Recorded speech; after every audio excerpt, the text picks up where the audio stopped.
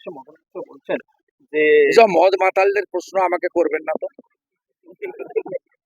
Register মাতাল, একটা পদের লোভে উনি একা কেন গেলেন? কাউকে সঙ্গে নিয়ে যেতে পারতেন। আমি ওর কথার উত্তরই দেব না। মাতালদের কথার উত্তর দেবো কেন? কে বলছে এটা? ওর কথার উত্তর আমি দেব। 15,000 টাকা বেতনের কর্মচারী তৃণমূল, কারণ নিরাপত্তা নেই।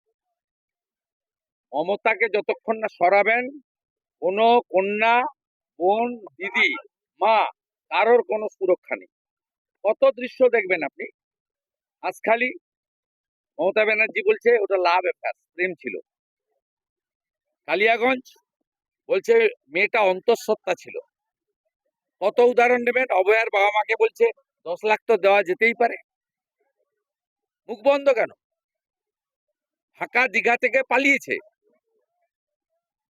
রথের চাকাও গড়ায়নি, নারকেলও ফাটেনি। এসব লোকের কথা কেন বলেন? এদের কোনো মূল্য আছে? ভাইপোর কোনো মূল্য আছে? হ্যাঁ?